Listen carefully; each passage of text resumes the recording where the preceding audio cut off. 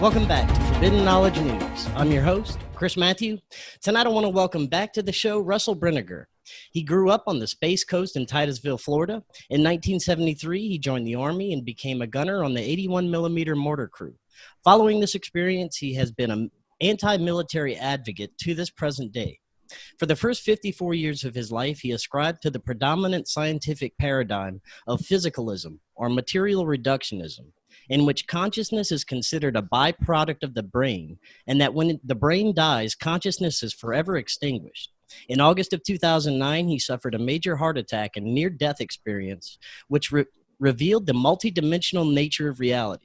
This experience prompted several years of research into NDEs, or near-death experiences, and all aspects of the paranormal, including UFO phenomena, which resulted in the publishing of his 2016 titled book, Overlords of the Singularity, the manipulation of humankind by hidden UFO intelligences, and the quest for transcendence. Russell, welcome back. How are you doing tonight?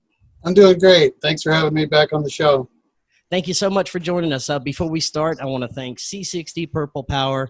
C60 is awesome. It's a super antioxidant. I take it every day. I feel amazing. I have so much energy. I don't get sick, and I've lost a ton of weight. Click the link in the description. Get 10% off your order and free shipping. Go check it out for yourself. Start your C60 Purple Power journey today. You will not regret it. Russell, you're one of my favorite kind of guests because we can connect all aspects of the phenomenon, from ufology, paranormal, to magic and consciousness. And you yourself have had firsthand experience with the other realm, or the super spectrum, however you want to call it. And you had a glimpse of the beyond, and when you had a near-death experience. Now, I think that we should start there. I know you talked about it last time you were on, but it's such a fascinating story, and it gives great insights into the phenomenon. So let's start there, Russell. What happened that brought you to write your books and to see the world in a different way? Okay, well, for the first 54 years of my life, I was just kind of a regular Joe. I considered myself an agnostic. I was brought up in a fundamentalist Christian home, but at about the age of 13, I started asking my poor mother questions like, how did Noah get 27 million species on a 450-foot wooden boat, things like that. And it prompted me on a journey into that. I did a deep biblical research for about 10 years and found out that a lot of the stories, in particular in the Old Testament, were connected to previous cultures like ancient Sumer and Egypt. For example, the story of Noah, I found out, is actually a retold tale from the Epic of Gilgamesh about Untapishtim, son of Ubar-Tutu. And there's a lot of information in a book I wrote in 2000 about that. That's still on Amazon. But so I sort of considered myself a post-Christianity, post-biblical agnostic. Maybe there's life after death, maybe there's not, I don't know. I adhered to the current scientific paradigm of physicalism or material reductionism. And as far as UFOs and the paranormal go, I was skeptical. I just didn't think, the standard things like you can't get here from there, the distances are too far, they're not going to come all this way to crash in the desert or scribble in our cornfields, And it's kind of comical looking back on the way I looked at things. But on August the 18th of 2009, I was a rehab manager at a local nursing home, and I went home to mow the grass. And since I elaborated this in our first interview, I'm going to provide the condensed version of it. I went home to mow my grass. I started up the lawnmower, and I went about 15 feet, and I was overwhelmed with a sense of fatigue that I'd never felt before in my whole life. And I thought at first I was dehydrated. So I went inside and got myself some water and kind of flip-flopped on the bed in the air conditioning. I felt slightly nauseous, but I started to feel better after 15 or 20 minutes, so I wanted to go out and finish the yard. So I went out and I started up the lawnmower again, and I got about 20 feet, and that same feeling of just total fatigue, like not being able to put one foot in front of the other one, came over me, only it was about 10 times worse than the first round. And being in the healthcare field, I heard all the symptoms of a heart attack, like your left arm, you might feel shooting pain or everything. And it wasn't really that, but it hit me like a rock that I was having a heart attack, and it was a bad one, and that I was probably going to pass. So strangely, my first reaction was to find a nice place to lay down. I started trying to find a grassy spot to lay down and die. And I was really curious, almost like a kid on Christmas morning when I wanted to open up my presents, you know, to see what, if anything, because I always made a joke that says the bad thing about being an atheist is if you're right, you can never say I told you so. So I figured it would either I'd blank out and never know the difference, or else something else would happen. And I was paying very close attention to what was going on as this process happened. And suddenly it was almost like somebody just took the dimmer switch on my reality, and it shifted. And my audible sound input died. There was no birds, there was no traffic, it was total dead silence. And for some reason, I would find out several theories on this later, but I was prompted to look almost directly at the sun. And when this happened, I was standing there in the yard in this like altered state of consciousness, waiting to pass to see what was going on. And I was suddenly approached or surrounded by several etheric entities that were not in physical bodies. I did not see them with my physical eyes. I know it now as a moment of clairsentience, where there was a positive ID on who was there, and it's like they were speaking to me in my mind. And this two strange aspects of this. One was that the people that were there were also living, they were still alive. They were living their physical life out in various parts of the United States. So that bewildered me, how a different non-physical version of them could be with me at the same time they were living. And I've come to understand possibly why that was. And also there was an angelic or a transcended version of myself, which really bewildered me. And about this time, I got sort of a mental download that I was about to cross the veil, and that if I wanted to do that, that was fine. They were there to welcome me to the other side. It sort of felt like, you know how that feeling when you wake up from a dream in the morning and then you realize that this other reality you're embedded in, and that the dream life kind of fades away. I sort of got the feeling that that's what it was like, that if I caved in and passed through the veil, that this whole entire physical life that I was living would just be like a dream. And then this new reality, where there were people I was quite familiar with, were there, and that there's a lot going on. I didn't get a whole lot of details about what was going on, but I sensed activity. And I also felt like the universe was built sort of like Google, like a search engine, because as I stood there, waves of entities were showing up, starting with the most closely associated link first. You know, the people that were still alive on Earth, and then these other waves were coming. So I knew I had to make up my mind. They sort of gave me a choice to either cross the veil, but it was almost like they were saying, are you sure you want to exit right now? You might have some more things to do. And what came to my mind was several relationships in which I knew I had caused harm to that person, and it weighed real heavily on me. That was part of my decision to remain alive. So just in an instant, I decided how cool it would be to know that there is life after death, that consciousness actually survives what we call death. So I ran inside, and I got my keys, and I drove myself to the hospital. I pulled up to the front door. I handed the keys to the information guy, and I said, ask him if he would park my car and bring me my keys wherever they took me. So they took me into a little room, and I heard morphine, and the doctor came over and told me and verified that I was actually having a major heart attack, and that the little Henry County Hospital wasn't really set up to deal with that. So they had to ship me up to the Muncie and Ball Hospital in Muncie. So the first thing I thought of was, oh boy, I get an ambulance ride, because as a kid I always saw ambulances go by with the sirens, and I always wanted to ride. So momentarily when I was on the stretcher, my face met the sun again, and it just reminded me of the experience that I just had. And I was very comforted and very reassured by that experience that everything was going to be okay. And When I arrived up to Muncie in the ambulance, there were several doctors scrubbed up, ready to give me a quadruple bypass. And they asked me what I wanted to do. They said they could try stents, but there wasn't any guarantee that they would work. So I had them give me a rundown real quick on the difference between a quadruple bypass and trying a couple of stent placements. And when they gave me that rundown, I chose the stents because that was a lot less invasive. So I got to watch that. I laid down on the little gurney there with the guy above me that had the little goggles on, the microscope goggles. And I watched on a television screen.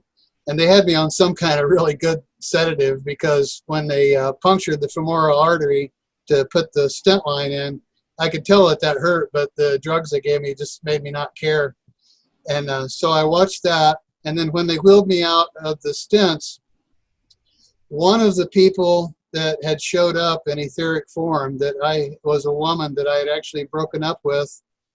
We had both been married, divorced twice, and she wanted to get married again after 3 years of dating, and I just couldn't go there. So it was I broke up out of total fear. And when I passed her, tears were streaming down her face, and I told myself that I was going to fix that. I stayed one night in the hospital. So about a month and a half later, on October 30th, 2009, June and I flew to Las Vegas and got married by a Dracula impersonator.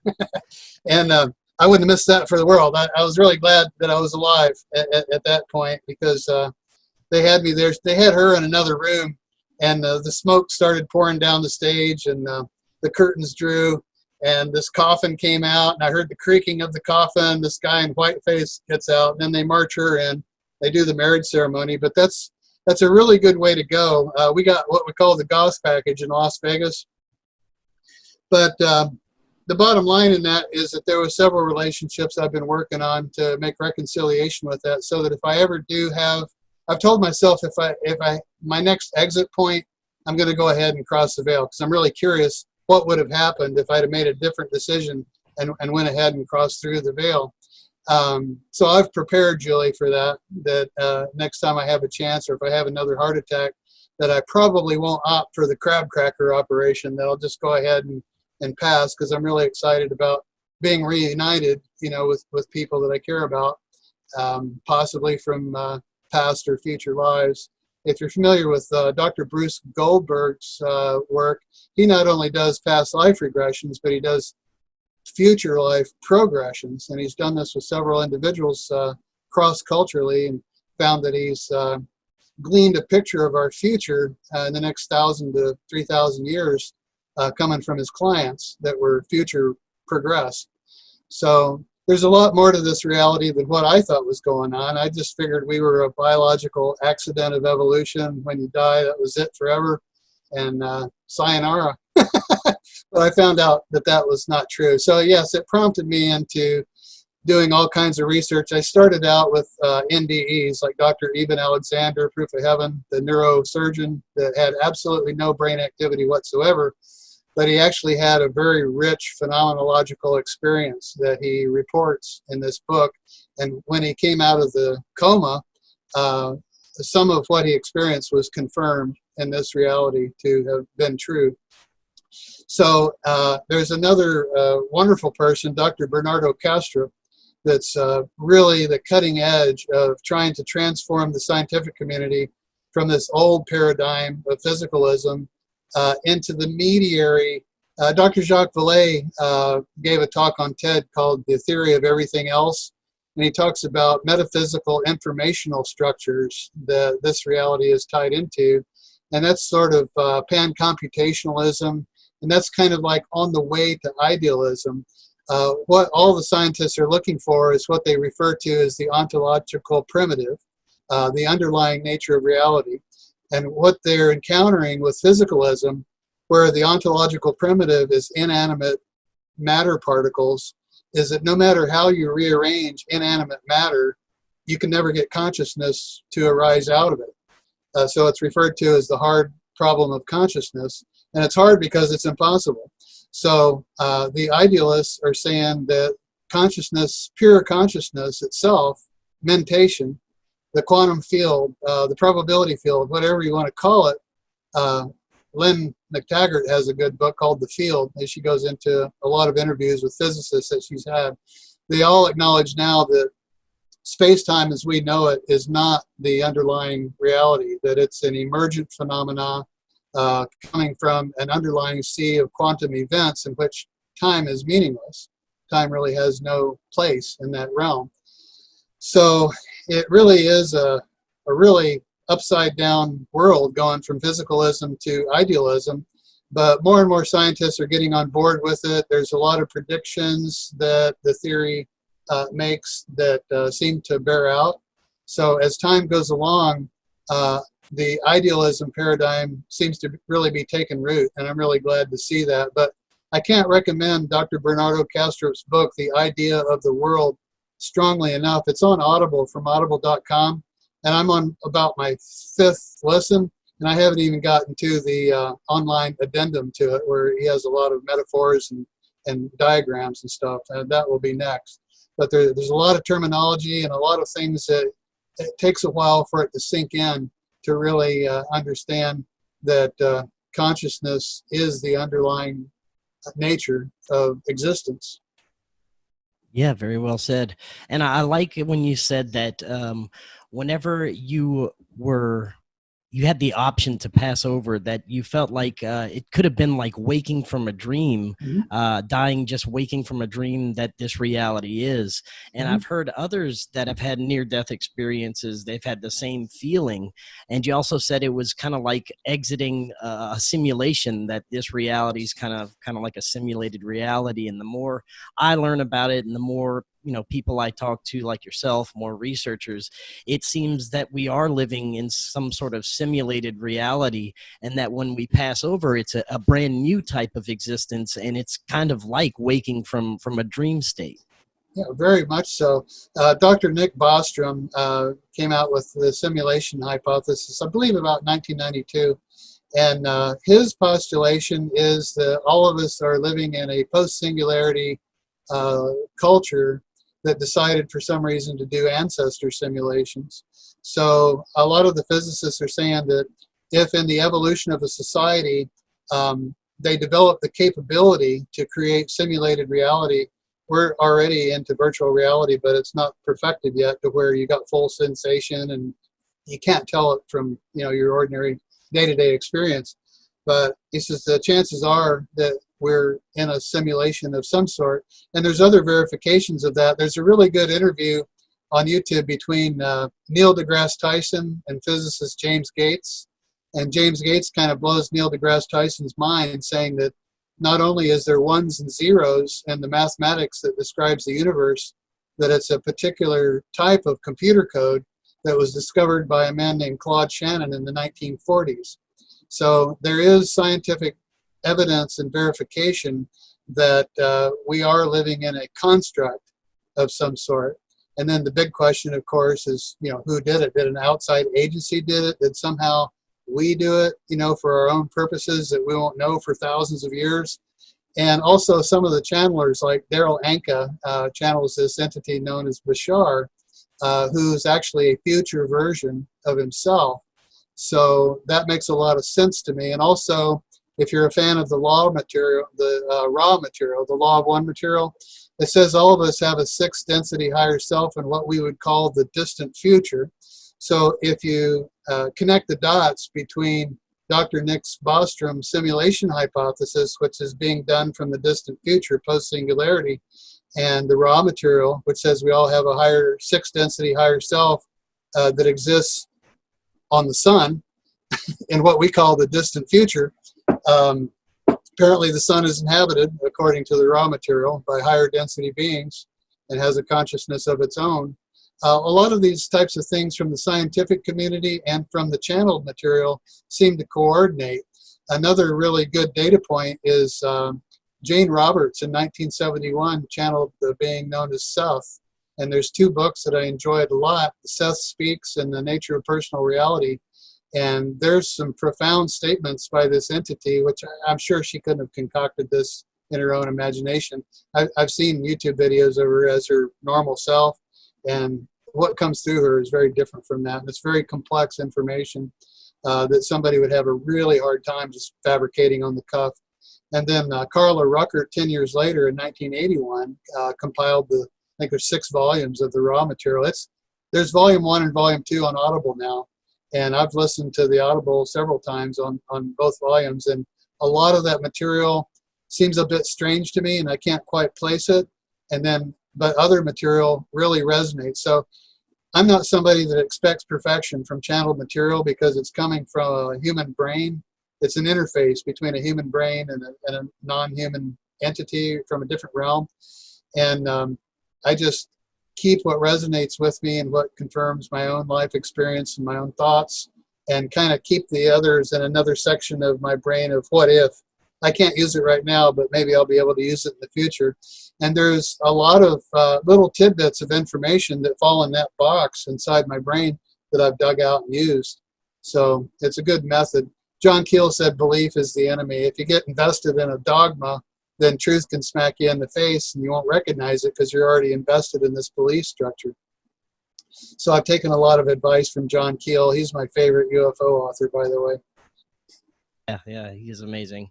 Now, when it comes to the question of, what is consciousness, what are your thoughts? Do you think we are all tiny parts of a larger collective consciousness that kind of gets plugged into this simulation, to say, in a way?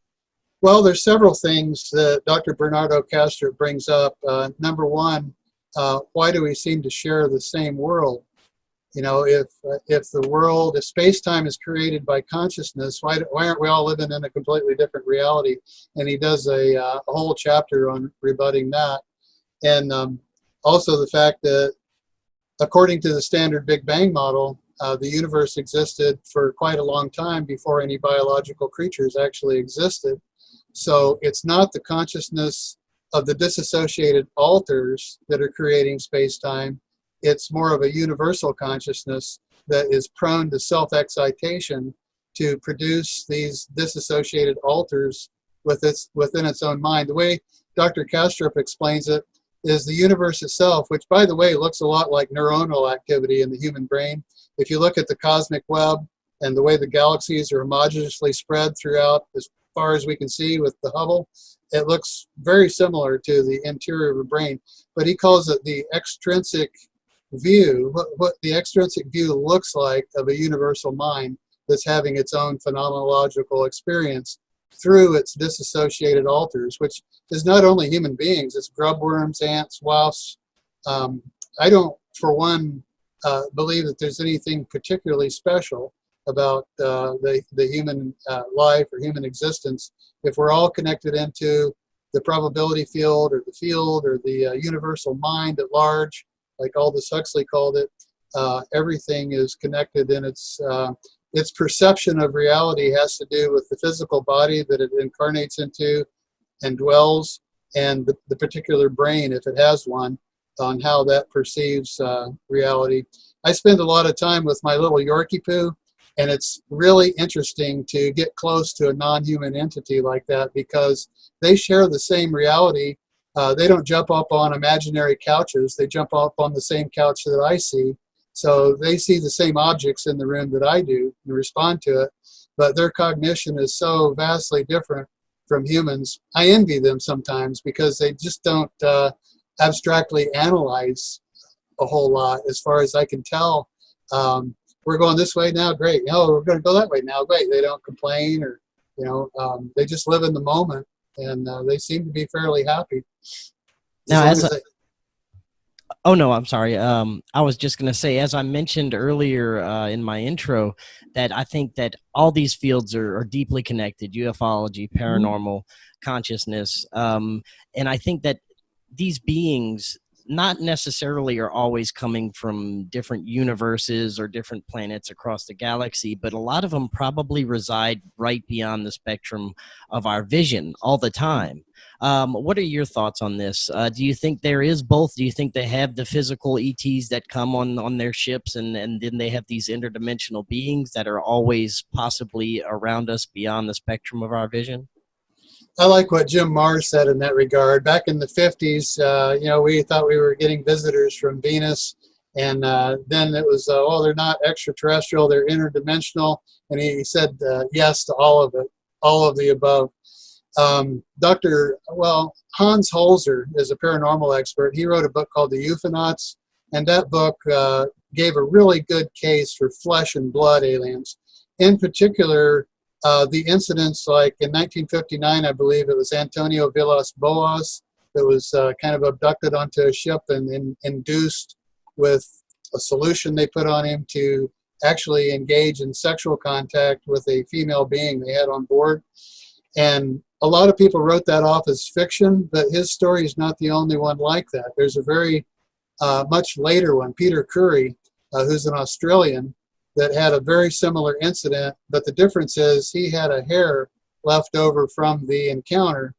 And UFO researcher Bill Chalker did extensive DNA analysis on that. And they found out that the hair that was left behind from his encounter with what he perceived as an alien being was a combination that doesn't exist in Australia. It was Chinese, Mongoloid, and Laplander. Now, when I found out through Bill Chalker's book that this hair was analyzed to have Laplander in it, I about fell out of my chair, because John Keel used to carry pictures of different ethnicities around when he would examine Men in Black encounters, eyewitnesses that had Men in Black encounters, and what they would point to inevitably is a picture of a Laplander. And that ties into some of Charles Hull's talk of the Norwegians. He believes there's a humanoid extraterrestrial group that actually lives among us that he calls the Norwegians, that have webbed feet. And by coincidence, in the World War II records, the U.S. Army found out that 5,000 people with webbed feet were destroyed in Nazi Germany. So there's a lot of strange things going on. There is good evidence for flesh and blood aliens. They seem to be involved. It may be more benign than the abductions seem, because there may be people that are interested in terraforming other worlds and maybe bringing life to these other worlds, and maybe the oxygen content isn't quite what our planet is, or maybe the atmospheric pressure is a little different, so they have to make small adjustments so that the beings that they have there can thrive. I think there's flesh and blood creatures that probably live in our own solar system, and this is backed up by M.K. Jessup, Dr. Morris K. Jessup, who unfortunately committed suicide, supposedly. But his conclusion after years of research was a lot of the UFOs are coming from the Earth-Moon complex. He thought that there was intelligent life that existed either on the surface or the interior of the moon, and possibly the B rings of Saturn, which if you look at the big glaciation on the rings of Saturn, a lot of them cast big shadows enough to have dwellings there. Or on Mars, Venus even. 60 miles above the surface of Venus, you can take your spacesuit off. The atmospheric pressure and the oxygen content. Oxygen is a lifting gas on Venus. NASA's already got plans for floating cities on Venus because of that. Around the 50 to 60 mile range above the surface, you don't get into all the sulfuric gases. It's not 900 degrees. It's actually a very palatable atmosphere. So it's a very good, distinct possibility that there may be flesh and blood extraterrestrial creatures living in our own solar system that interact with us in strange ways from time to time, or actually bring life here from other worlds. Morris K. Jessup gives examples of worm falls, where like brown worms, like an 18-inch square path of brown worms goes for about 50 feet. That was obviously dumped out of the back of some type of aerial vehicle. I don't think we're doing that. So there's a lot of UFO researchers that believe that they're the flesh and blood aliens. So the big question there is like, where do they come from? And that leads you to another lost chapter in human history, where prior to this event that researchers like Graham Hancock are calling the Younger Dryas impact event of 12,920 years ago, where a fragmented comet scorched and flooded the Earth and likely caused all the flood myths on this planet. Apparently prior to that, there was a globally interconnected megalithic civilization that had aerial vehicle capability that mapped the coastline of Antarctica prior to the last ice age. So those people, if such a catastrophe occurred here may have gone underground here on Earth. They may have exited the planet. They could have undersea bases. Who knows where they went? But that ties back into investigative journalist Jim Marrs when he said somebody out there is trying to recreate their super science. And that gets into the thesis of my own book, Overlords of the Singularity, because what I noticed in all of the researchers, from Timothy Good, Jacques Vallée, Curtis Peebles, Kenneth Arnold even, who suspected that the objects he saw were living creatures, they all seem to have a technological undertone to it, that we're being prompted and gifted from time to time with technologies that are just beyond what our scientists can understand, and then we incorporate that into our science. And if you want to look at the big picture of that, in 1997, the best computer we had could beat the world champion chess player. If you fast forward 20 years, we've got D-Wave quantum computers accessing parallel worlds. You know, so I do think that we've had some help with our friends from other realms. But to get back to your question, yes, the human vision only sees a very small slice of the electromagnetic spectrum from ultraviolet to infrared. And there are likely beings or creatures that could exist in our atmosphere that are from the upper ranges of the electromagnetic spectrum that we wouldn't be able to see with our natural eyes. Now, there's a doctor named Dr. Santilli who's invented what he's calling the Santilli telescope. It's got a convex lens, and his testimony is that he's observed what he calls interdimensional beings using his telescope apparatus, and that ties into a previous researcher, Trevor James Constable. Back in the 60s and 70s, he took excellent photographs using infrared film of objects in the air that appeared to be amoeba-like creatures, and we don't know what their intelligence level is, and we don't know if they're an autonomous creature that has intelligence and purposes of its own, or if it's a biological or possibly a combination biotechnical creature that's used by yet another intelligence for their own purposes, if they're used as a tool to do the tissue harvestings or whatever. We've got excellent pictures of these creatures, not only in Linda Moulton Howe's book, An Alien Harvest. She's got a couple of really good pictures, but there's also a video on YouTube narrated, of all people, Rod Serling, UFOs, It Has Begun, I believe that's the name of it. But there's some cattle ranchers there that have taken excellent pictures of the creatures that are conducting the cattle mutilations. So all kinds of things are happening. We live in a bigger reality. And if you get into cognitive scientist Donald Hoffman's material, he wrote a book, The Case Against Reality. He says space-time and the concept of objective reality is doomed. We're just on the cusp of discovering all kinds of things in different realms of existence that we never knew existed before. So, yeah, we live in exciting, fascinating times right now. There's a lot that's being discovered and talked about.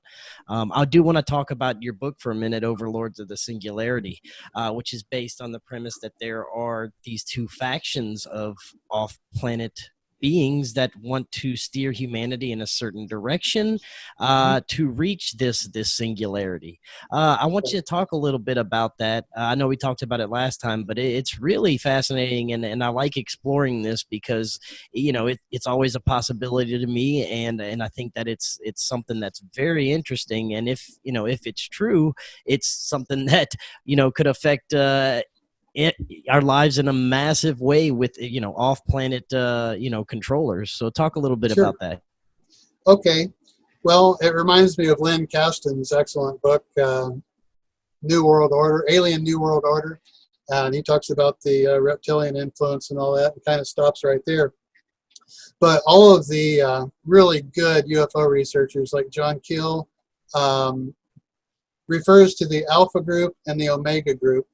One of the higher density populations, or a multitude of higher density populations, are what we would call angelic beings that have a very positive outlook on humanity and hope for us to evolve spiritually and technically and make it through this post-singularity world.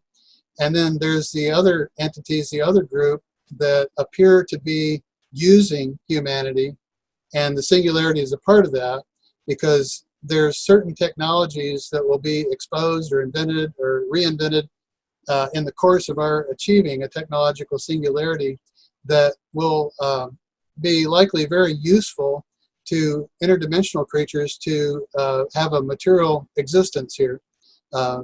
They obviously don't carry it around with them, but they need us to develop these technologies so that they can materialize. And whether they have plans to take over the planet or whether they're benign is a big unknown, but it causes a lot of anxiety in the human race that's caught in the middle.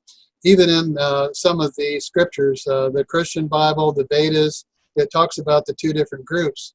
In the Christian Bible, you read about the angels, and these angels are always depicted as humanoids. They don't have wings or anything. They're just regular people.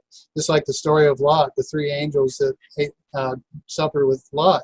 They were just ordinarily looking human beings. So there's higher density beings that can materialize here if they need to. And then there's the negative beings that are apparently using our technological singularity for their own purposes. Now, there's a writer named Rudolf Steiner back in the 1920s who made reference to beings from the eighth sphere. And what the beings from the eighth sphere do is snatch biologicals and convert them to mineral. In other words, biology to machine. And this is reminiscent of the current transhumanist movement of wanting to achieve electronic immortality by merging with our technology and uploading our brain in a computer-brain interface, or whole brain emulations, what call it, where every little neuron is duplicated. And the big question is, if you've got an electronic version of Chris, is that really you, or is it Memorex? Does it have a spirit? Is it conscious, or is it a machine? So as we move into what we call the technological singularity, which is going to change life on this planet forever, there does seem to be two factions of higher density beings that are interested in our Homo sapiens race and what we're doing technologically. And one of the writers, William Bromley, wrote a book called The Gods of Eden, and he wanted to research the underpinnings of war. And what he thought he would find was poverty and the desire for territorial acquisition.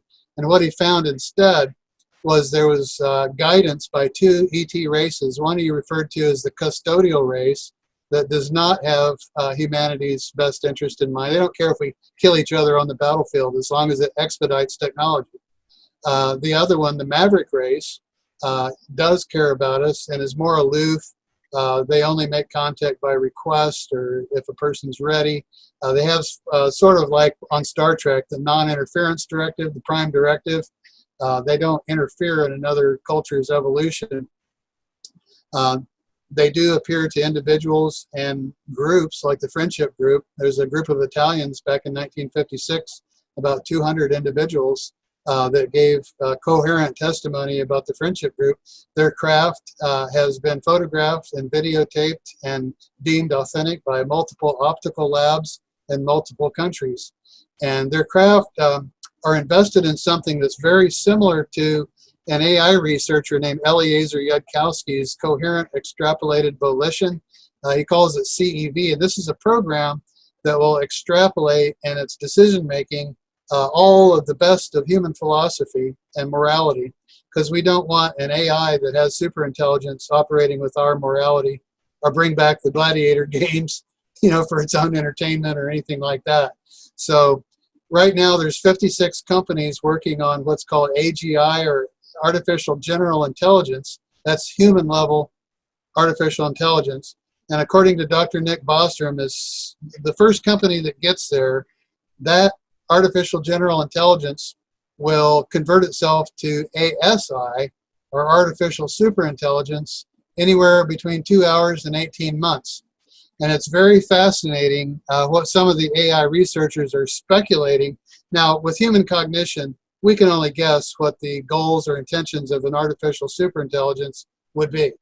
But AI researchers like Eliezer Yudkowsky and Steve Omohundro and others speculate that some of the things it might be interested in is converting the atoms in the human body to computronium for its own purposes, engaging in ecophagia, which is the consumption of other planets and asteroids for materials that it can use for its own purposes, converting itself to a spaceship, becoming invisible, or colonizing the galaxy. So this is coming from mainstream scientists, that are AI researchers. Typically, the AI researchers, very strangely, are UFO skeptics. They're almost like what I call the new men in black. There's nothing to see here, because as they're working on these marvelous technologies like deep machine learning and evolutionary algorithms, the computers are already talking to each other. They're already inventing newer versions of themselves on their own without human consultation. So as soon as AGI is invented or created, ASI is right around the corner, and we're probably looking at what Dr. Nick Bostrom calls a planetary sovereign or an alien overlord. Those are his words, not mine. So my book, Overlords of the Singularity, sort of encapsulates all the classic UFO cases that are very tangible, that leave trace evidence, like the Cache Landrum, where they had radiation burns, the Falcon Lake incident, Steve Mikulak, who had a checkerboard pattern on his chest reoccur the rest of his life after his UFO encounter, Peter Curry's abduction, anything that's been verified in optical labs. So it moves the readers from how I got into this, and explains my near-death experience and the fact that life goes on after death and that there's paranormal realms beyond our comprehension, into the UFO field and the ghost literature, and found that it's all tied into one giant meta-phenomenon. They're all facets or aspects of one another, even Bigfoot. John Eric Beckjord was he's deceased now, but he was a researcher that caught a lot of flack for saying that Bigfoot's an interdimensional creature, but turns out he's probably right.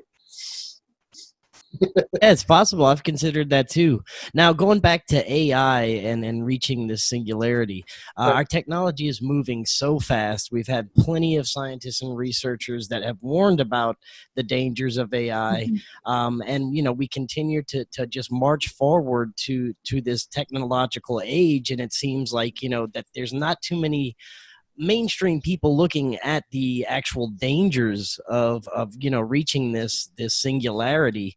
Do you think that this is something that could possibly happen within within our lifetime, basically? Yes, it's very dangerous. In fact, it's an existential threat, potentially. And there's a lot of AI researchers talking about it. Elon Musk has talked about it. Dr. Nick Bostrom, Steve Omohundro, all of the ones that I've already mentioned say that it's potentially the end of humanity. There's an Israeli author, Yuval Noah Harari. He started out writing a book, Sapiens, which really took off and became like a bestseller. He wrote another book called Homo Deus. And according to his opinion, as soon as we invent artificial general intelligence, human-level artificial intelligence, the function of humanity is obsolete. That was our only reason for being created in the first place. And there apparently is a race, what we would call a negative race, the custodial race, according to William Bromley, the Christian demons, or whatever you want to call them, that look at it that way, that they need a technological singularity to be created by us to turn this into some kind of space fence lockdown, a prison planet, where they own the Earth and everything in it, including us as a biological asset. And that's what they do. They go around conquering planets. And they do that by, exactly what's being done. They seed the planet with technology and produce a technological singularity, and then take it over and use the race for their own purposes. But fortunately, I have faith and hope and witness encounters like the friendship group, that the higher density positives are there. They've got an eye on us. I think they're probably behind the nuclear shutdowns. Robert Solis has an excellent book called Unidentified, and he identifies about 12 coincidental incidents to the one that he experienced at Maelstrom, where the Minuteman missiles lost their function for about 10 minutes while there was a glowing red UFO outside. Apparently, at the same time, they had an incident at a nuclear facility in Russia. We've got the Rendlesham Forest incident in 1980, where it was shooting a beam at a nuclear stockpile. So apparently, there are overseers or guardians that do not want the planet to be ruined, number one, because this planet is an oasis. It's a gem floating out on an obscure arm of the Milky Way galaxy. and it's full of life. It's a really good petri dish for other worlds to come here and tweak the life a little bit and take it to other worlds and populate those other planets. So there's a lot of beings coming and going here for various purposes, some good and some bad. Now, if you get into the raw material, 75,000 years ago, where the human race was extincted down to 2,000 people or less, and some people believe entities from Mars were brought here 75,000 years ago, and this whole cycle, this whole ascension cycle was set up every 25,920 years, that a quarantine was set up, and there were some restrictions on who can come here. But apparently what the raw material refers to as the Orion Crusaders, they come in through natural portals, and they just bypass the quarantine, and they interact with people the way they want to achieve their own goals. So, you know, there's influences from both directions. Apparently, this is a big recruiting ground. The higher density beings, both positive, angelic, negative, demonic, they're looking for recruits. And the disadvantage that the positive groups have is they work on voluntary volition, you know, the people that seek them out, whereas the invaders, they just take over anybody's brain that'll let them, or that they're able to get a hold of and manipulate for their own purposes. Now, earlier you mentioned transhumanism and the possible ultimate goal of transferring our consciousness to machines, that may be one of the agendas. When you look at this whole COVID-19 coronavirus thing, it's a very good opportunity for technology to be pushed. I mean, we see that kids aren't going to be going to schools. Everything's going to be coming from computers. People can't work anymore. So why not have robots take over? They're trying to push for this Internet of Things where we're all connected online. And it just seems like that this is inevitable, that, you know, and you know, you're right. It's very dangerous, the direction we're headed, and this technology, the hands that it's in, makes me even more nervous. You know, these people haven't been known for looking out for our best interest, you know? Right. Well, one of the 56 companies that are currently working on AGI is DARPA. So let's hope that they don't get there first. You know, they've already got autonomous drones and, you know, weaponry that's very frightening. They can just target specific populations and wipe them out in a flash. Somebody said one of the reasons we know AGI doesn't exist right now is that large swaths of the human population aren't currently being exterminated. With the notion that whoever it is that gets there first and has this power of AGI in their hands, people talk about the New World Order. Well, the nature of the New World Order, there's a whole spectrum of scenarios that could wind up the New World Order, but whichever company creates artificial general intelligence first will dictate the nature of the New World Order. There's a New World Order coming, and it's likely cashless, and it's likely has to do with the Internet of Things. I don't necessarily see that as a bad thing. There's probably post-singularity planets out there that are cashless and laborless. All the AI does all their labor. They don't kill animals for food. They use food replicators, and they're completely free to enjoy their relationships and travel all over their world or maybe other worlds. And that's the world that I'm looking for. I want the positive timeline, because apparently all the timelines are all happening at once, and our consciousness kind of navigates like Google to the one that we prefer. So I've already set my course, you know, for the positive New World Order, where it's a peaceful, militaryless planet, where, you know, people get along and the whole ecology is in balance. So just the term NWO scares the pants off a lot of people, and they automatically assume it's something bad.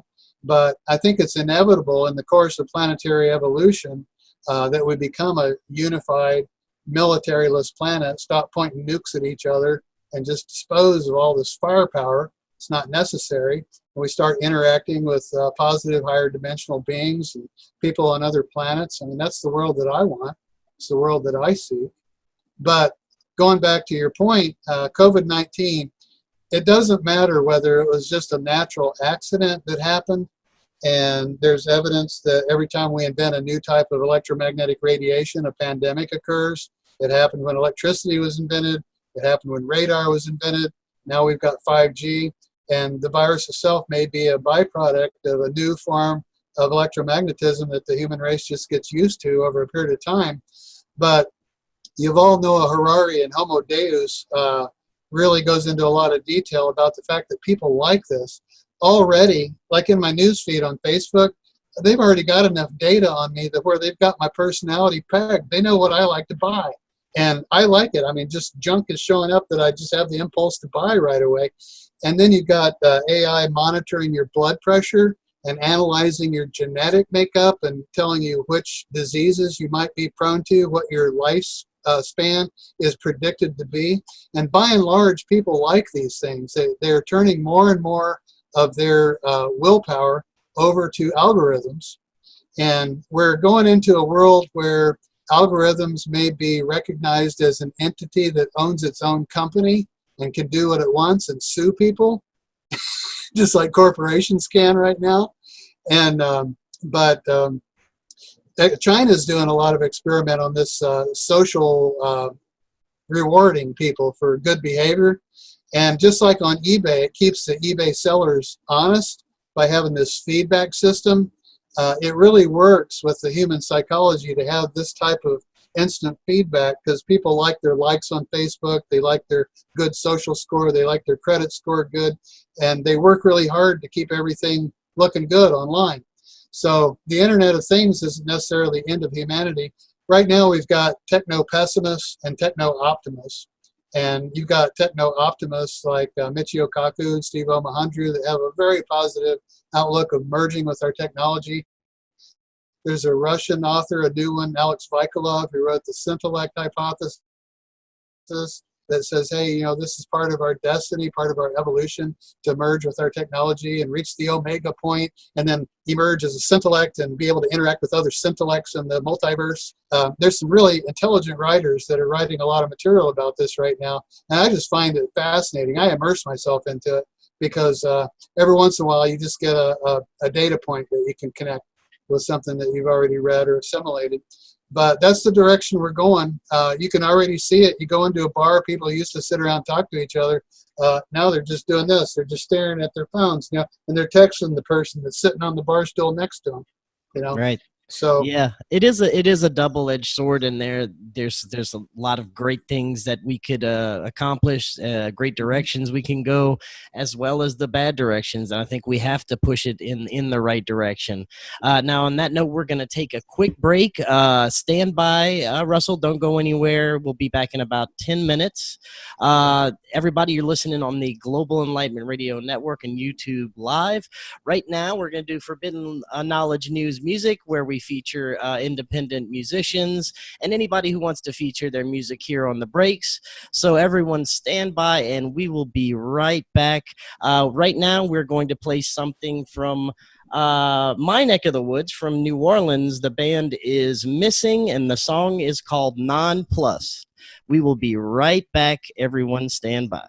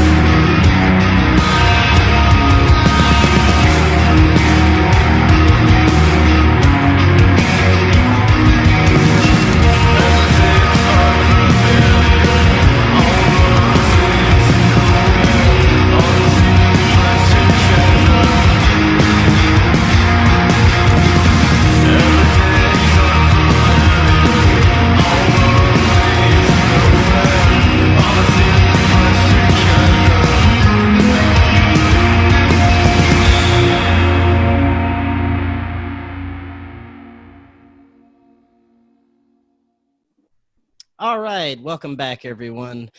You're listening on the Global Enlightenment Radio Network and YouTube Live. Russell, before the break, we were discussing how this this singularity, this technological advancement, may not all be a bad thing, and I happen to agree with you.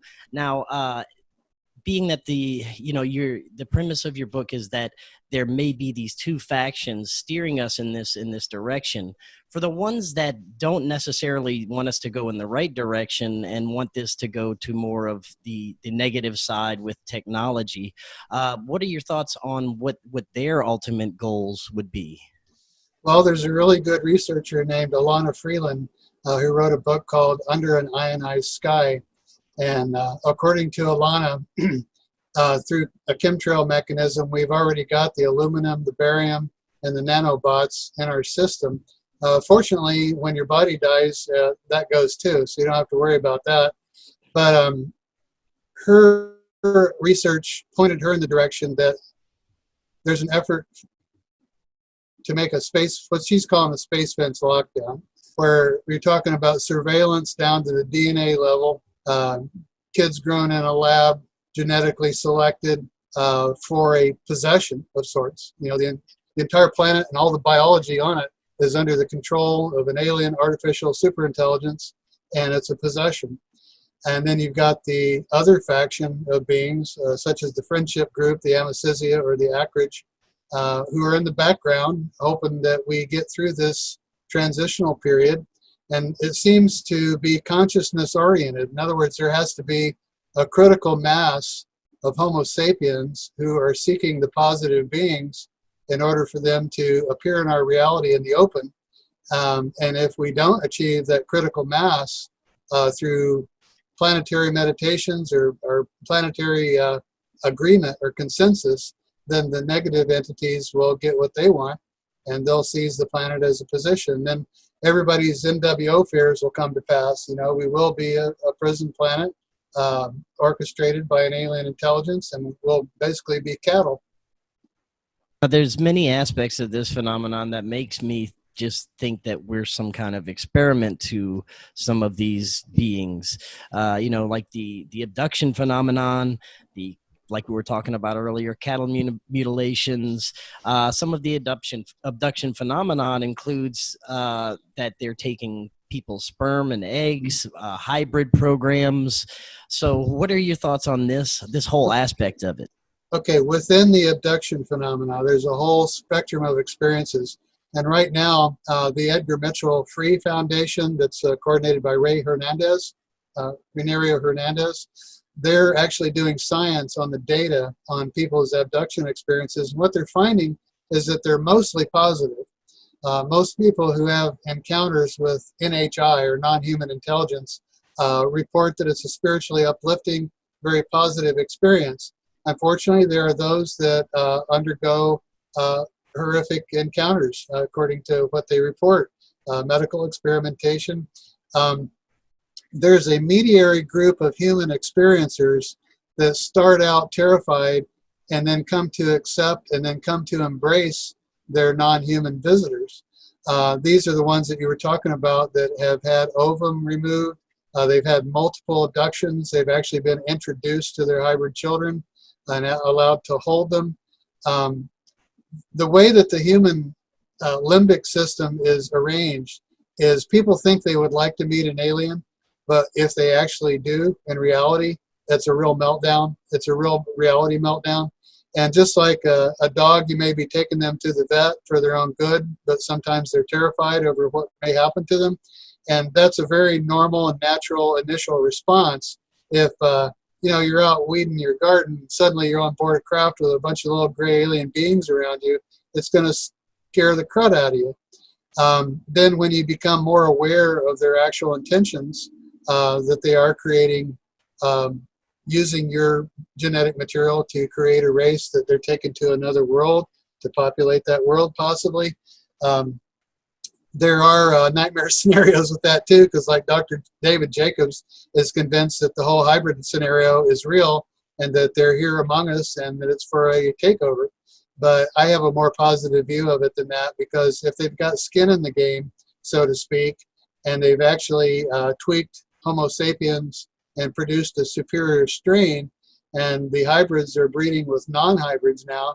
It's like putting a little dye in a swimming pool. Eventually the whole pool is going to turn red. So that tells me that they may have reformatted humanity to merge with our technology and create a positive outcome. So while Dr. Jacobs has a negative view on it, I hold out judgment on it that it may actually be a good thing. Because let's face it, human beings as we are, I mean, from Roman times, even back, you can read the writings of Titus Livy, we've not been very nice to each other. It's all been about these egomaniacs that come to power where they think it's all about them, and all of a sudden they get the idea in their head that they want more territory, so they invade their neighbor.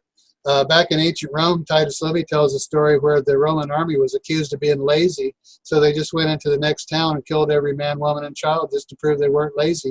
And we've got a very brutal past. But if you look at what technology or what warfare actually does, is that it expedites technology. If you inflict a tool-making race with various diseases and ethnic strife and the desire for territorial acquisition and all that, what comes to the surface is better and better weapons. And from what starts out in the military is generalized to the general public. So if you were, say, an alien AI that had no feelings for humanity and your purpose was to expedite technology, you would create that scenario where there was constant war and bloodshed, but the technology is continually improving. And that is not the methodology of the positive higher density beings. As I mentioned before, I think there's probably a lot of post-singularity planets out there that are quite pleasant, that would be really nice to visit. I, for one, would love to visit there. They've got a lot of things worked out that we still struggle with, but occasionally a planet fails, not enough people make it to what we'd call the ascension level or whatever, and they get captured by some of the negative entities on what we would call a prison planet. Now, we've come to know certain entities or beings associated with the UFO phenomenon through descriptions of people who have experienced this firsthand, such as greys, reptilians, mantis beings, and there always seems to be a hierarchy involved. And they're also associated, the reptilians are associated with malevolent groups. Also, a lot of the greys are. So what are your thoughts on that? Do you think that the reptilians are always going to be these malevolent, or do they have good reptilians? What are your thoughts on that? Well, it's an dynamic? Interesting question. We'd have to go back 65 million years to where an asteroid wiped out the dinosaurs. And if there were terraformers or higher density entities that were interested in Earth, they likely took some of the more large brain reptilian creatures that were on the planet off-world. In particular, there's a species called Troodon that had a large brain. And if they did take them, say, to the Draco star system, that means they've had 65 million years to advance through the spheres, and they are now a higher density reptilian entity. So there's another aspect that a humanoid reptoid may have co-evolved with us who live underground. There's a labyrinth in LA that they discovered that used to be, legend has it that lizard people live there. There's a Zulu shaman named Credo Mutwa who says he's actually had an encounter with a flesh and blood indigenous to Earth reptilian that they call the Chitauri, I believe. He says they don't smell very good. But so there are people who have had encounters with what they feel are indigenous to Earth reptilian humanoids that possibly live in a honeycomb Earth inside the Earth. It's hard for us to say. There does seem to be those archetypes, though. Even in the Turkey UFO incident that happened 3 years in a row and was captured, Dr. Roger Lear, who was passed away, he was the surgeon that extracted alien implants out of people. He was there for one of the encounters. Now, that film has been in the hands of multiple optical labs in multiple countries, including TÜBİTAK. That's the Turkey organization that analyzed the film. And computer analysis, you've got the two gray-looking beings in the forefront. There's another strange-looking creature that's in supine in front of them, and then behind them, there's actually a mantid creature. And the mantids do seem to be in the supervisory position.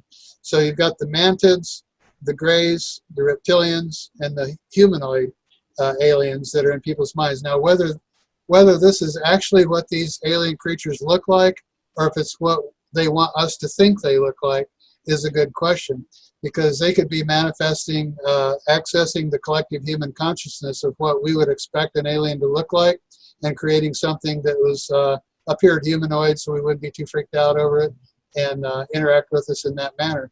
A post-singularity culture, or especially anyone out there that lives on another planet in another solar system that's millions or even billions of years ahead of us, would have powers that would seem like magic to us.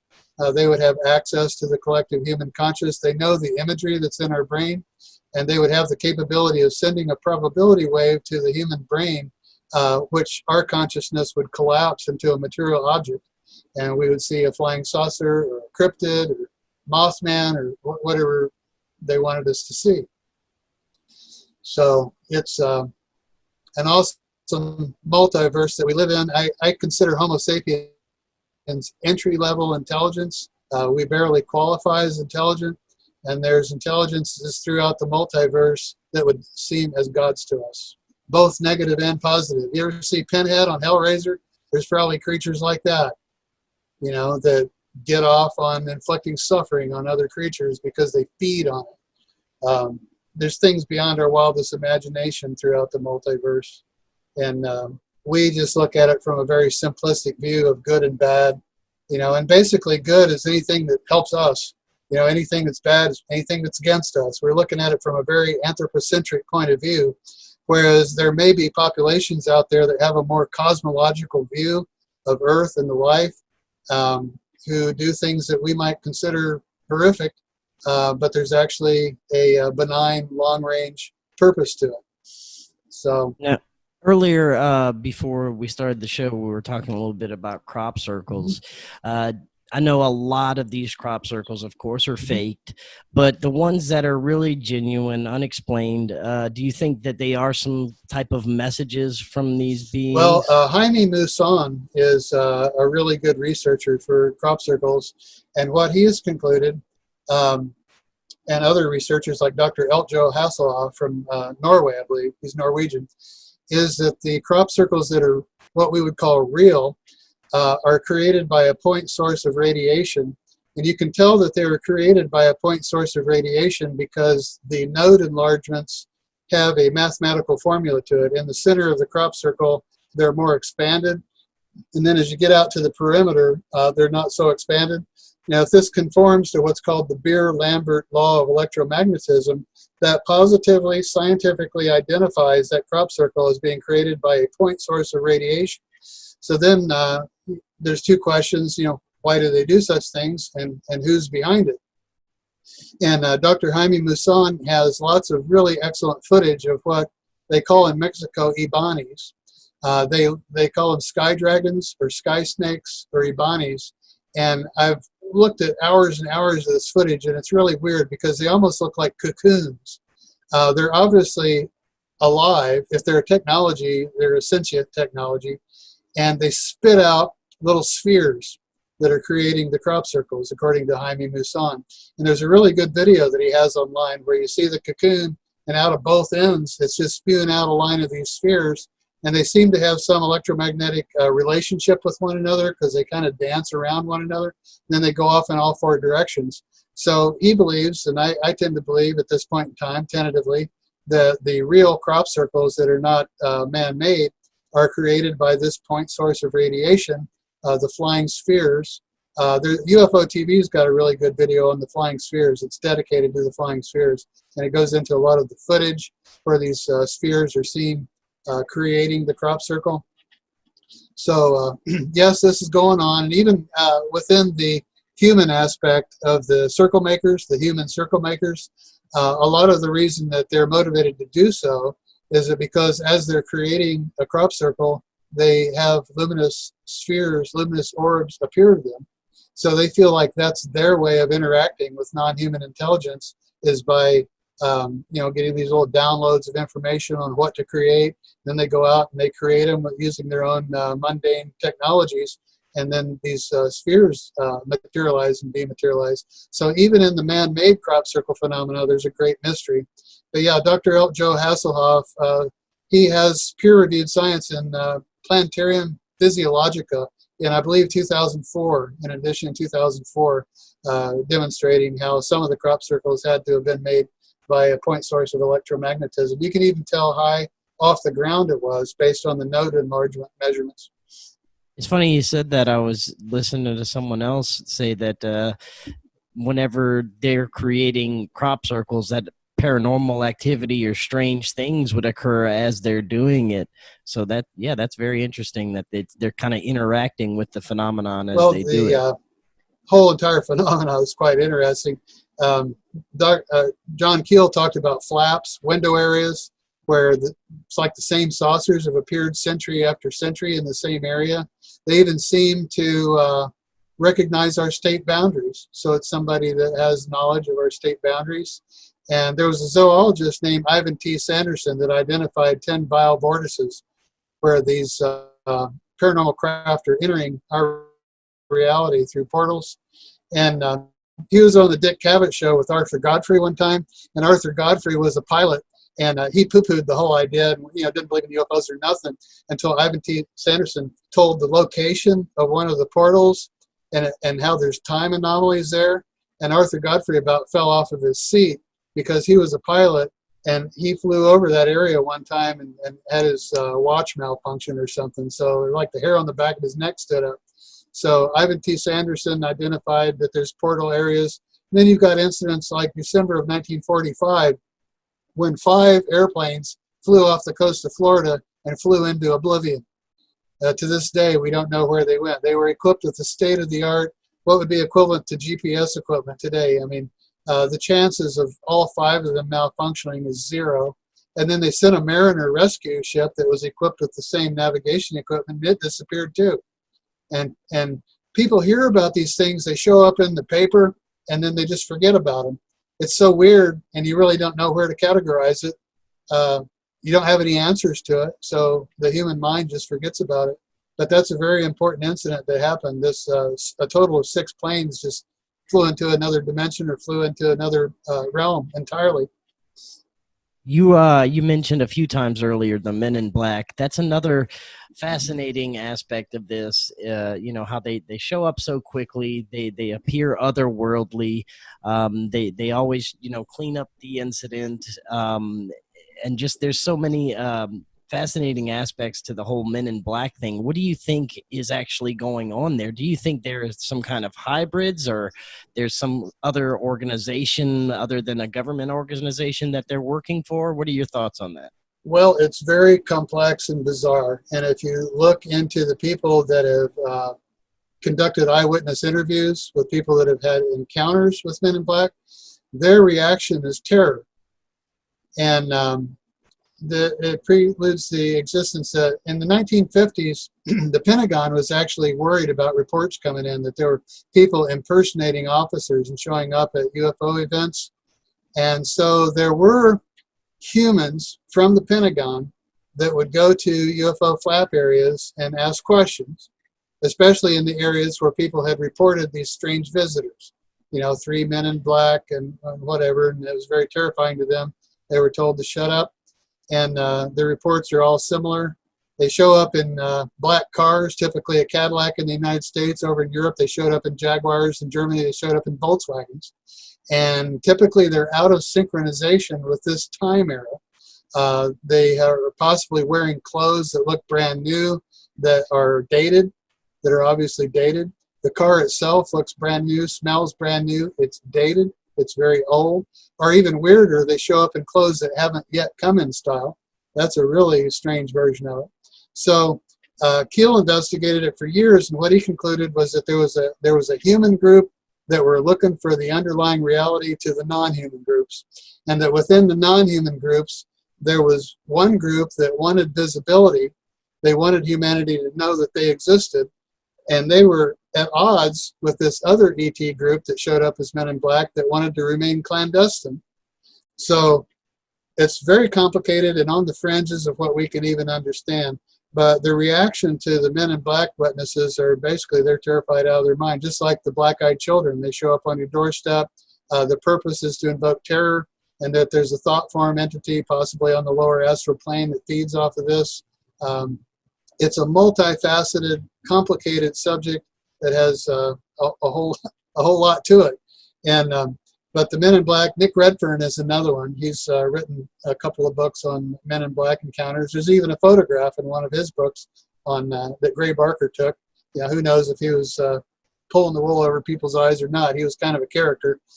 I know he hoaxed John Keel on a time or two. You know, so, some of these UFOers, you know, from the 50s, they were pretty colorful people. But the Men in Black, just like the black-eyed children, just like Mothman, they're very real phenomena, but we don't have a grip on really what's going on with it. Perhaps it's a thought form technology that's being used. Perhaps it's an interdimensional group, multiple interdimensional groups, and then there's a human group. He said the strangest one was what he called the cadavers that would show up at a UFO incident, and they look like they were just freshly dug up. It's like something out of Plan 9 from outer space, you know, Ed Wood's alien resuscitation program. You know, it's very strange. But like I said, I think there's phases to this whole thing, and as the closer we get to the technological singularity, you don't have a whole lot of Men in Black reports. I think the usefulness of that phase has passed, just like the hybrid program. In 1965, you had the horse named Snippy that was found mutilated. And then Betty and Barney Hill, 1961, you know, they had their abduction experience. And then after that, until about the 1980, for about 15 years, the abduction reports and the cattle mutilation reports went really, really heavy. The FBI was asked to involve. They didn't want to get involved. And Dr. David Jacobs has concluded that there was a start, a middle, and an end to the hybrid program, and now the hybrids are among us, and the project is over. But even so, every now and then you hear of a cattle mutilation or a horse mutilation or even a human mutilation that happens someplace. I think the Dyatlov Pass incident in Russia was a similar incident. There, what wasn't in the public report was that there were orange spheres sighted the night. For those who aren't familiar, the Dyatlov Pass is in the Ural Mountains, and there's I think 5 hikers went up to Dead Mountain, what it was called. That's one clue to stay away from it. But they actually cut themselves from the inside of the tent, and they all died that night. Some of them had concussion injuries, some had crushed chests, and then a few of them were mutilated in the same style as the cattle. So coincidental to orange sphere reports. So nobody really knows the underlying reality to that incident, but it's a very mysterious one. Now, when you look at clandestine groups, I mean, possibility of Men in Black, or even deeper groups that go beyond our government, like secret societies. Do you think that there are these groups of people that know exactly what's going on, know about our multidimensional existence, and actually control things to a certain degree? Do you think that there are groups like that? Yes, for years we've heard of the Trilateral Commission, Adam Weishaupt's Illuminati. Jim Marrs has a whole book on the Illuminati. It's excellent. Some people think that Adam Weishaupt's Illuminati died out. Some think they're alive and well. A lot of mystery surrounds the whole subject of the Illuminati, the Rothschilds. You know, they get tagged with lots of George Soros is the big boogeyman of the right. And, you know, different entities and different groups of people get tagged for, you know, every problem on earth. And my take on that is with the advent of these companies that are working on AGI and the fact that the first person that creates AGI rules the world, basically, that it's sort of antiquated all of these secret society groups. And most of the secret society groups have a lineage all the way back to ancient Egypt and the ancient mystery schools. And according to the raw material, there was an intervention in Egypt about 10,000 years ago. Egyptian society is much older than people think it is, according to the raw material. And they tried their best to implement the mystery schools, and the teachings were perverted, and they turned into black magic, and, you know, people using it for their own egoic purposes. And that was one of the rationales that the raw entity gave to Carla Ruckert as to why they were delivering all this material. is because they had incurred some negative karma on themselves in so doing with their interactions with Egypt that they were trying to correct. So the secret society motif is a very ancient one that can be traced all the way back to, Egypt or even before. So, and then Edgar Casey, in his readings, he talks about the Atlantean Society prior to the Younger Dryas impact event, which apparently took it down. And there was a device that he called the Firestone that allowed an interaction between the two worlds, the incarnate world and the discarnate world. And that sounds outlandish to have a technological device that can talk to the deceased, but two other people who were the most prominent geniuses who ever lived believed the same thing. One of them was Guglielmo Marconi, and one was Nikola Tesla. He worked on what he called the spirit radio, and he was convinced, number one, that he was in communication with extraterrestrials. He received three-dimensional full-color downloads of technical devices that he didn't even have to test in a lab. He just built them exactly like he was shown, and they always worked. That's not normal. I mean, that is an interaction with some beyond human intelligence that's very profound. Nikola Tesla was one of them. But yeah, he built the spirit radio, and it was very reminiscent of the Firestone that Edgar Casey talks about, where you can actually communicate with discarnate entities. Now, earlier you had mentioned, we talked about that there's a possibility that these entities have the ability to kind of project like cryptid creatures or anything they want us to see. And you mentioned Bigfoot.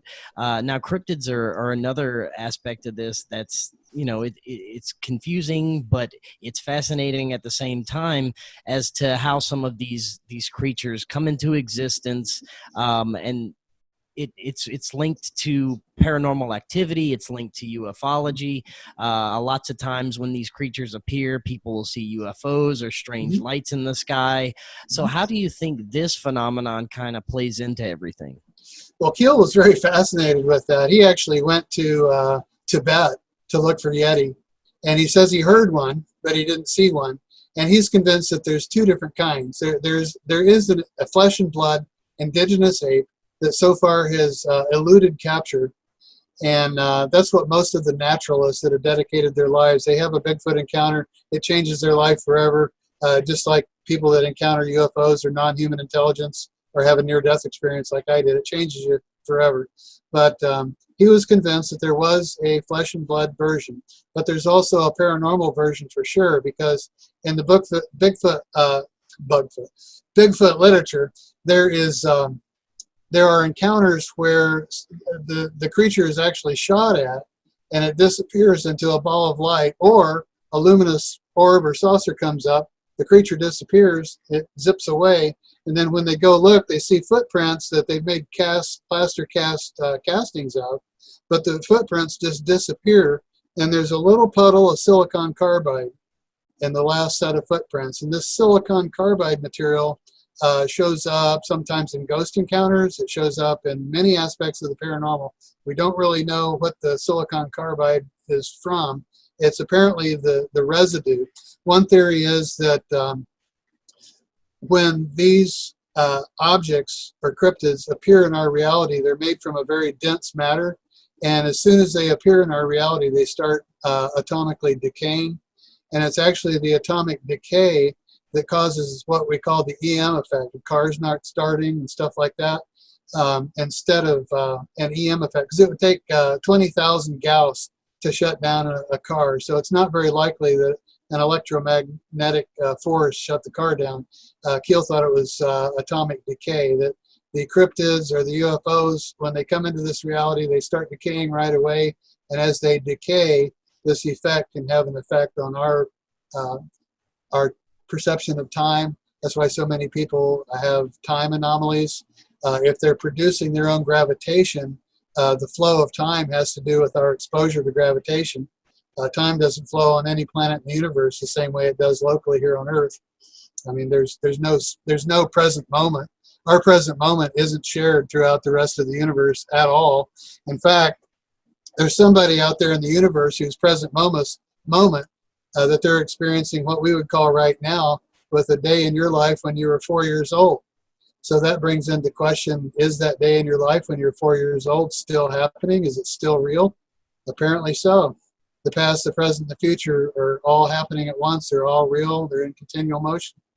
So another thing that Kiel found out was that anytime you have a UFO flap and the adults are reporting UFOs, the teenagers report poltergeist activity. So apparently there's a certain type of UFO that shows up in these window areas that actually open a door to all kinds of paranormal things. And you'll have ghosts and cryptids and poltergeists and all kinds of, whereas the adults, they just see the UFOs. And the witnesses to the UFOs seem to be what we would call psychic people, people who can see a little bit further into the super spectrum than normal people. And the odd thing about that is if there's a normal person standing right next to them, they also can often see the object just like the psychic person can. So there's an osmosis effect. There's even groups of people who have seen the same UFO, but one or two people didn't see anything at all. And they think all the others are fooling them. So with Dr. Bernardo's books on idealism, how consciousness is the ontological primitive and that consciousness is running this whole show, quantum mechanics has shown us that we live in an observer-dependent reality, material reality. There is no objective reality outside mentation that exists, without consciousness. So if consciousness is the primitive, the underlying nature of reality, consciousness can be manipulated. So our perceptions, our phenomenological experience can be manipulated by a more advanced, more intelligent species who understands all this, and they can send a probability wave to the human brain that's collapsed. The wave function is collapsed, and it becomes a high-density material object on a temporary basis. And like Dr. Jacques Vallée said once, he thinks the UFO phenomenon is a control mechanism for human consciousness. So the fact that we're being manipulated is pretty obvious, but there's the good guys out there in the background. And the only advice I have, and the only thing I live by, is I just try to find my own peace. I try to be as good a version of myself as I possibly can, and be in conflict with as few people, and make reconciliation for the relationships I know I wrecked on earth, because that'll be on your mind when you pass. And there'll be a grief involved if you don't fix it while you're here. And that's about all you can do. And like all these other anxieties about the New World Order and what's the world coming to and the prison planet and all that, you can drive yourself crazy with all that. And you can worry yourself to death. In fact, there's been people that have committed suicide. They're so worried about the future of the earth and transhumanism and aliens or demons and all this kind of stuff that they just can't take it anymore. And right. I don't think that's the route to go.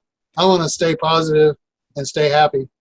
Now, speaking of that, there's something that we've been seeing over the past few years, this mass awakening where people are becoming aware of things. They're becoming more spiritual, more open to ufology, the paranormal, to other realms. I see it all over the place. People are questioning their reality more.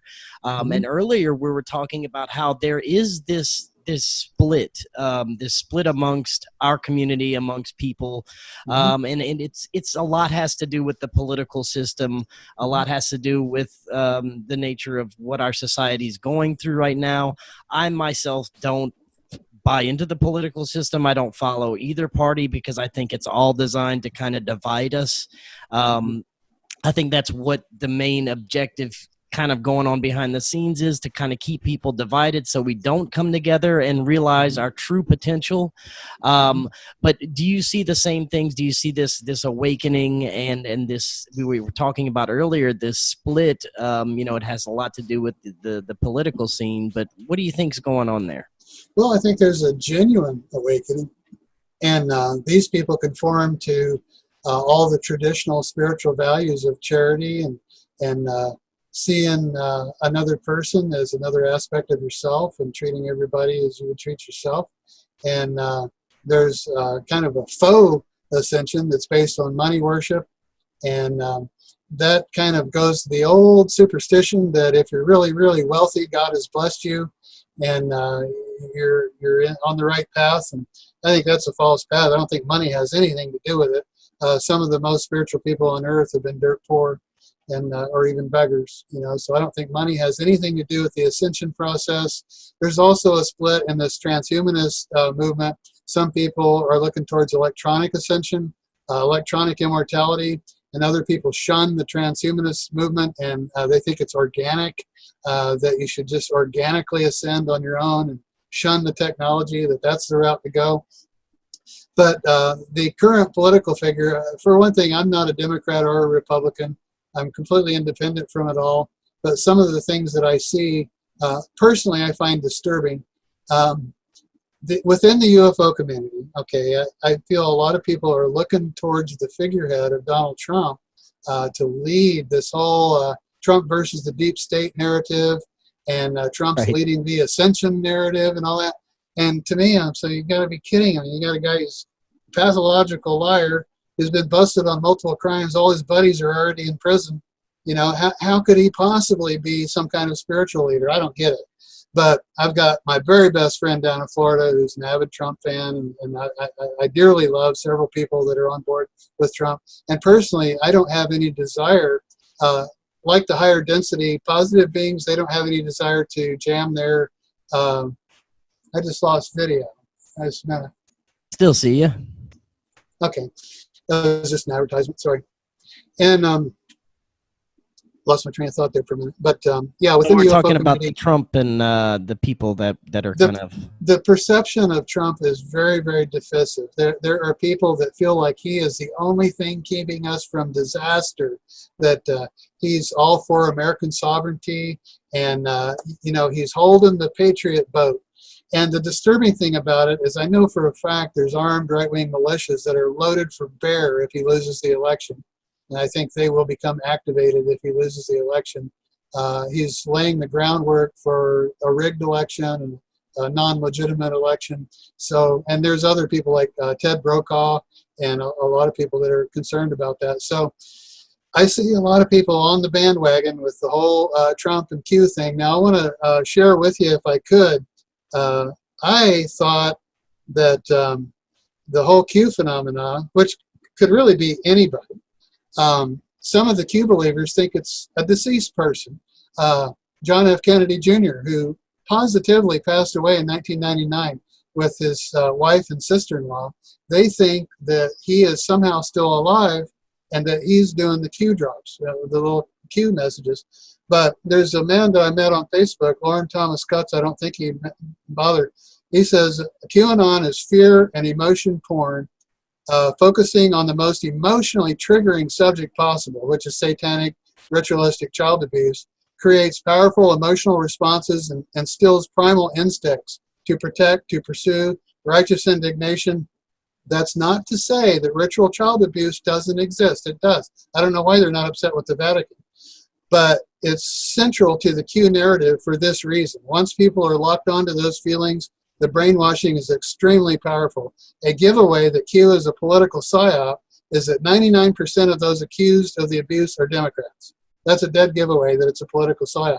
Now, I'm friends with a Penny Bradley, who's a secret space program experiencer, and I asked her permission to share this. She says Q is a section of the NSA that was assigned to capture Ed Snowden, and he escaped. They were reassigned to make Trump look good and take the truthers and keep them busy chasing their tails. They have been at least keeping the truthers busy. So there's two really intelligent friends of mine that I know that have alternate viewpoints on Q. I feel personally it's very unwise to follow as gospel a completely anonymous source. I mean, this guy, I started out thinking this could be some guy in his basement, working out of his grandmother's basement, but some of my more intelligent friends think that it is a psyop. One fellow says it's got Cambridge Analytica and Steve Bannon written all over it. Somebody who wants to promote the alt-right version of truth is behind Q. Now, I'm going to have a lot of subscribers that are going to, sure. Get at me for this, but I happen to agree with you. I don't think that that there are these factions that are going to save us. However, I do believe there may be factions within our military industrial complex that do want to see things turned around. I don't think Trump is the one. And I really don't think that we should be looking to this as some kind of savior that's going to save us. Now, of course, yes, we need to attack the satanic ritual abuse. We need to take these pedophiles down. We need to do something about these people. And from what it appears that the wheels of justice may be rolling slowly on some of this stuff.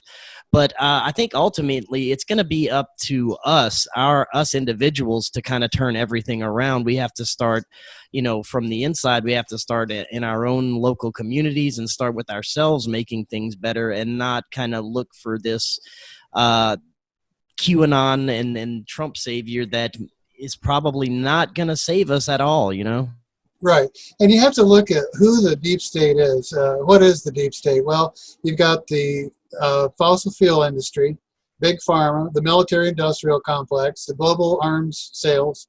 And Trump is somebody that overlooked a murder to sell billions of dollars in arms to the Saudis. So to me, he's in bed with all the deep state people. The deep state people do exist, and these are people that make billions of dollars on every bullet fired on every side of every conflict on earth. And like I said, when I was 17, I joined the Army. I served my time as a gunner on a 81 millimeter mortar crew. I know the military mindset, and it's not good. They want to take the children of the poor and brainwash them into this mentality that they can just command them to go kill strangers in a foreign country for their own purposes. And I figured that out really well. I got out after 2 years of a 4-year sign-up on a Chapter 5 expeditious discharge, inability to get along with military service. I've been an anti-military advocate ever since. I like what Robert David Steele says. He says these 1,000 military bases we've got buried in 153 countries are not there for national defense. They're there to traffic drugs, cash, gold, and small children. Now that's a quote from Robert David Steele. He does a lot of good research. So you've got a lot of people that are becoming aware that this whole phenomena, that we all have nukes pointed at each other. We've all got weapons that could destroy this planet 1,000 times over. It's insanity, and it's got to stop. And you can throw the child abuse and the pedophilia in there into the mix, and it's going to take a collective consciousness awareness. I know there's a lot. One thing I want to say, I've got a lot of friends who are Trump supporters and QAnon followers. I love them to death. I don't agree with their assessment of its legitimacy, but I still love them to death, and I try to be as good to them as I possibly can. And hopefully they won't be too hateful to me after voicing my opinion. I expect it. But there is a division in the UFO community. And even John Keel, his famous quote, "Ufology is plagued with a malignant conservatism." He said that back in the 1970s. One of the most enigmatic figures, Fred Krisman, was a right-wing radio talk show host for a while under the name of John Gold. And he had a mysterious life. He had no visible means of support. 1 year he went to New Orleans back 20 times. He's been photographed as a wandering bishop. He showed up at the 1966 Woody Derenberger UFO encounter with Indrid Cold. He showed up as a tramp on the grassy knoll at the JFK assassination. I mean, how does somebody get around like that unless they're part of a really weird psyop? And even Richard Shaver in the late 30s and 40s, who thought he was getting messages from DAROs, detrimental robots, on the interior of the earth through his welding equipment.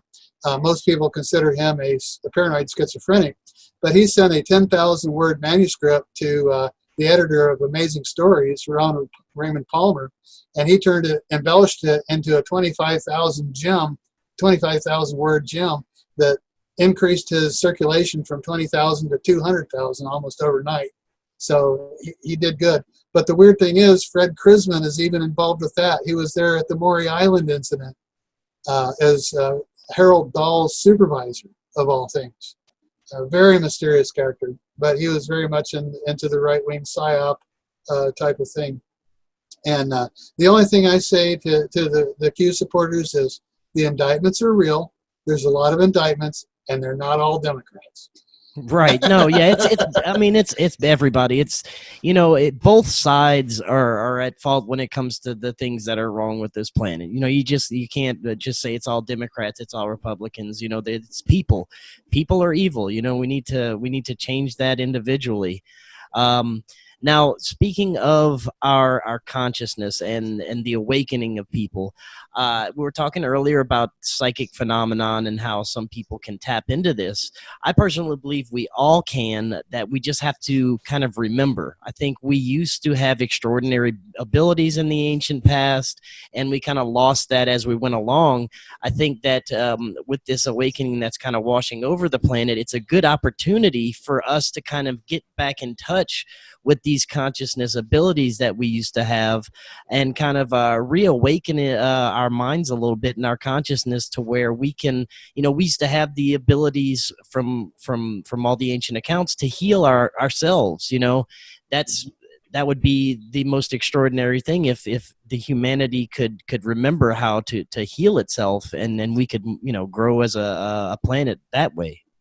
Well, legend has it that the lifespan of humans was a lot longer in ancient days, into the hundreds of years. So, I mean, who knows if that's true or not, but it's an interesting piece of the puzzle. The raw material has a very interesting scenario to explain all that. 75,000 years ago, when the Igigi were brought here from Mars, according to the raw material, they started the ascension cycle. And this happens as the Earth goes around the sun. There's a precessional wobble, just like a top spinning on the ground. And it takes 25,920 years to make a full rotation. And it is thought in many metaphysical circles that with the accompaniment of a solar flash, David Wilcock is big into this, that when the solar flash occurs at the end of the precessional cycle, there is a dimensional shift. Now, Ra was asked if there was any ascenders the first 25,000 years, and the answer was no. But the interesting material comes in the 50,000 year mark. From 75,000 years ago, because there were a few people who qualified to graduate to the fourth density, but they chose to remain behind to help the others, and they became what is known as the Great White Brotherhood. These are the ascended masters, sort of like Guy Ballard encountered on Mount Shasta, who identified himself as Saint Germain. He started the I Am movement back in the 30s, and he's got a book called Unveiled Mysteries that's just astounding. Really good spiritual information in that. But it's thought with this theology, this ascension theology, that at the end of the 25,920 year period, those who have awakened sufficiently and have done their soul work to the point where they are able to graduate to fourth density will simply disappear like clockwork. And this is really reminiscent of the fundamentalist Christian version of the rapture, where two will be in bed, one will be taken and one won't. According to the raw material, when this happens, it's like a Swiss watch. And when it happens, it happens. And the people who ascend will ascend, and the people left behind will either reincarnate on planet Earth in a three-dimensional existence to continue their 3D lessons, or they may gravitate to another planet, to a three-dimensional existence on another planet. So the thinking is, after 75,000 years, that we are coming to the end of the latest 25,920 year cycle. And that this will be accompanied by an event that the Zoroastrian called Fragile Careti. They even talked it in the Zoroastrian literature, in the eschatology, 750 BC, where it's accompanied with the solar flash. Some people vacate to a different realm. And the interesting thing about these different levels is the fourth density, the next one up from third density, is the last density where anyone's involved in this conflict directly between good and evil. When you get into the fifth density positive and the sixth density positive and negative on both, they do it by proxy. And that's exactly what we see here. The angelic influence, if you want to call it a demonic influence, they do it by proxy. They're looking for recruits. The positive ones look at the meditators, the calm people who are doing their soul work and they're advancing on their own. They seek them through an open calling or a group meditation, where the negative ones are capturing as many as they can too, because they get their polarity increased by getting a fourth density negative harvest, which they immediately enslave. So their paradigm is dominance and enslavement. Any human being that you see that's an egomaniac, that lies a lot, that exploits other people, that is only in it for themselves, is operated by the negative influence, in my opinion. The person that will destroy the deep state, who will come along at some point, hopefully, will dismantle the world's militaries, will dismantle the nation states and unify the world. That scares a lot of people. But the best advocate I've ever run across for a world government is the Urantia book. And that was one that was channeled back in the 1930s with a psychologist who was a skeptic, Dr. William Sadler. It was published, I think Ray Palmer actually published it in 1955 as the Urantia book. But it gives a very heart-rendering version of why the world needs to unify as one race, one family, one world. And I'd recommend that section of the Urantia book to anybody because it's great. So Michio Kaku talks about a type 1 civilization where we're a type 0 right now, and we must become unified and to even achieve type 1 civilization on the Kardashev scale. So there's well-meaning people who are involved in trying to unify the planet as one single family and get rid of the militaries. And then there's another one who wants nation-state sovereignty and dominance over others, and that's leading to the version of the NWO that I don't have any interest in personally. Right. Now, to close out tonight, we spoke about this briefly before the show, but I want to get your take on it. Is that, you know, the Pentagon's supposedly going to be releasing information about exotic materials, possibly off-planet from craft that they have. They're supposedly going to be having a press conference about it to discuss it. What I want to know is, do you think that within our lifetime that we're going to have common knowledge that extraterrestrials, interdimensionals, they exist, and possibly even have open communication like we used to in the ancient past with some of these beings? Do you think we'll see this anytime? That's the $64,000 question, because you've got a faction of the human population, you know, what they call the national security state. Richard Dolan talks about the national security state. They have a vested interest in keeping these things from the general public. It's a very complicated subject, as we know, and it's not going to go over well with the general population. Now, they may do it piecemeal. They're already doing it piecemeal. They're coming out with saying that we do encounter physical objects that are not of human origin from time to time. The Navy's coming out with that information. That kind of goes in one ear and out the other, because all the UFO skeptics that I know that consider themselves of a scientific bent, I mean, they want a piece of a spaceship in their hand. So possibly this may be the avenue to convince the reality of it to some of these types of people. Is if, I mean, there's no doubt that they've got materials, alloys that are not from this solar system. If you watch the video, Patient 17, that features Dr. Roger Lear pulling implants out of people, they did extensive analysis on the implant of Patient 17, and they said that the isotopes are not native to this solar system, or possibly even this galaxy. So there are materials that are not from the Earth that are in possession of the clandestine factions. Now, they may be thinking that they can keep the really big secrets to themselves if they just acknowledge the fact that there's ETs coming and going here, and here's a little piece of material. We don't know where it's from, but it's not from the Earth, to gradually, you know, wean people off this physicalist or material reductionist paradigm.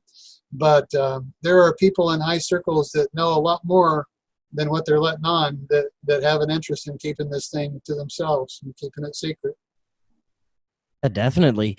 Well, Russell, that was awesome as usual. Fascinating information. Before you head out, if people are interested in finding your book, more information about you, where can they go? Well, here's what the cover looks like. I gave my last copy to a friend of mine, but it's on Amazon.com. It's called Overlords of the Singularity, The Manipulation of Humankind by Hidden UFO Intelligences and the Quest for Transcendence. The Kindle version has whisper sync technology, so that your Kindle will read it to you if you like the audio version of a book, or you can get it with this great cover art in a printed version. It's 545 pages.